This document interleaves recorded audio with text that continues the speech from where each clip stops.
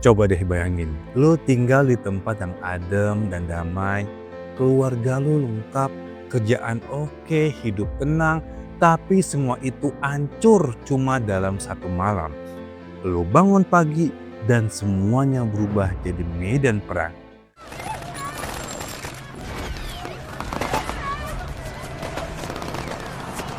Dan di tengah kekacauan itu, ada satu orang biasa yang nyelamatin lebih dari 1.000 nyawa.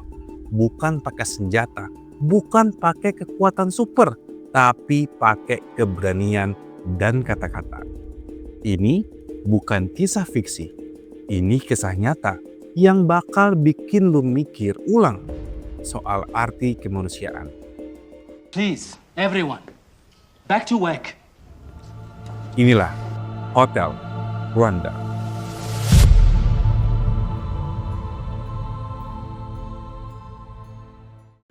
Dan ini versi filmku dengan nama-nama yang lebih dekat sama telinga kita.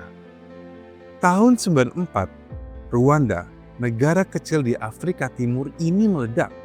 Ketegangan antara dua suku, Hutu dan Tutsi, yang udah dipupuk sejak zaman penjajahan, akhirnya meledak ke arah genosida.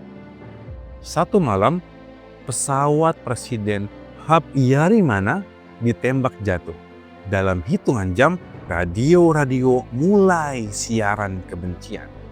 Mereka bilang, Tutsi harus dibasmi. Milisi Hutu bawa parang dan senapan mulai menyisir jalanan. Pembantaian dimulai. Dunia diam. Di tengah horor itu, kita bertemu dengan Bang Parman Sudrajat, manajer hotel Des Mille Collines di Kigali. Dia adalah orang Hutu, tapi istrinya, Bu Marni, dari suku Tutsi. Rumah tangga mereka ibarat simbol damai. Tapi sekarang, karena istrinya orang Tutsi, berarti nyawa Bu Marni dan anak-anak mereka menjadi incaran. Bang Parman bukan tentara, bukan politikus, tapi dia punya koneksi. Mulai dari perwira militer sampai orang-orang penting PBB. Ketika para pengungsi berdatangan dan minta perlindungan, ia tahu hidup mereka semua tergantung di tangannya. Hotel yang tadinya buat turis dan diplomat berubah jadi tempat pengungsian. Ratusan Tutsi dan Hutu moderat lari ke sana, berharap hotel itu aman.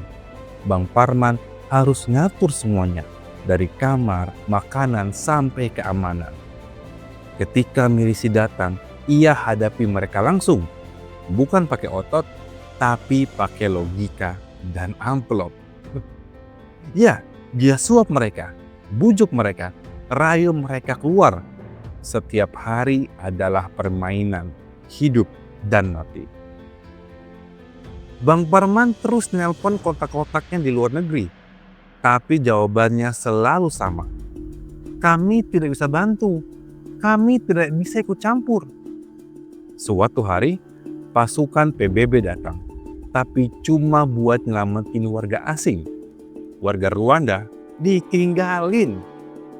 Di titik itu, Bang Parman sadar, gak ada yang bakal datang. Mereka harus bertahan sendiri. Tapi dia gak nyerah. Dia terus melindungi pengungsi. Bahkan saat tentara siap masuk dan bunuh satu keluarga, dia pasang badan. Setiap malam, Bang Parman main strategi. Dia kirim fax, telepon jurnalis, rekam kejadian, dia minta dunia melihat. Dia tahu, satu-satunya cara menyelamatkan pengungsi adalah bikin dunia peduli. Tapi di luar sana, mayat menumpuk, sungai penuh darah. Bahkan kolonel PBB yang di versi ini kita panggil Pak Dadang, bilang, kami hanya penjaga perdamaian. Kami tidak boleh menyerang. Dengan kata lain, lu sendirian, men. Di dalam hotel, makanan makin habis. Para pengungsi makin panik. Di luar hotel, para milisi udah tahu mereka di dalam. Anak-anak Bang Parman mulai tanya, "Papa, kita bakal mati?" Tapi Bang Parman gak pernah tunjukin takut. Dia bilang, "Papa janji, kita bakal selamat." Bahkan saat suaka politik ditolak, dia tetap cari jalan. Akhirnya ada peluang evakuasi, tapi cuma buat keluarga Bang Parman. Dilema muncul, ninggalin ratusan pengungsi atau ikut evakuasi. Bang Parman pilih tetap tinggal. Ia terus tekan PBB, lobi diplomat, dan jaga hotel kayak benteng terakhir. Dan akhirnya, setelah tekanan internasional naik, para pengungsi diizinkan keluar dan dipindahkan ke zona aman. Dari hotel itu, lebih dari 1.200 jiwa selamat. Nama aslinya bukan Parman, nama aslinya Paus Rusesabagina. Ia bukan orang kaya, bukan tentara, tapi dia nunjukin satu orang bisa melawan sistem kalau dia punya keberanian. Genosida Rwanda menewaskan lebih dari 800.000 orang dalam 100 hari. Tapi karena satu hotel manajer, ada harapan yang bertahan. Jadi, lu gak perlu jadi pahlawan super buat nolong orang. Kadang, lu cuma perlu jadi manusia yang gak tutup mata saat yang lain pura-pura buta. Ini adalah cerita tentang keberanian, tentang empati, tentang kemanusiaan. Kalau kisah ini menyentuh lu, jangan lupa like video ini, subscribe ke channel Filmku, tinggalkan komen. Film apa lagi yang kisah nyatanya mau lu tonton bareng kita. Sampai ketemu di episode selanjutnya.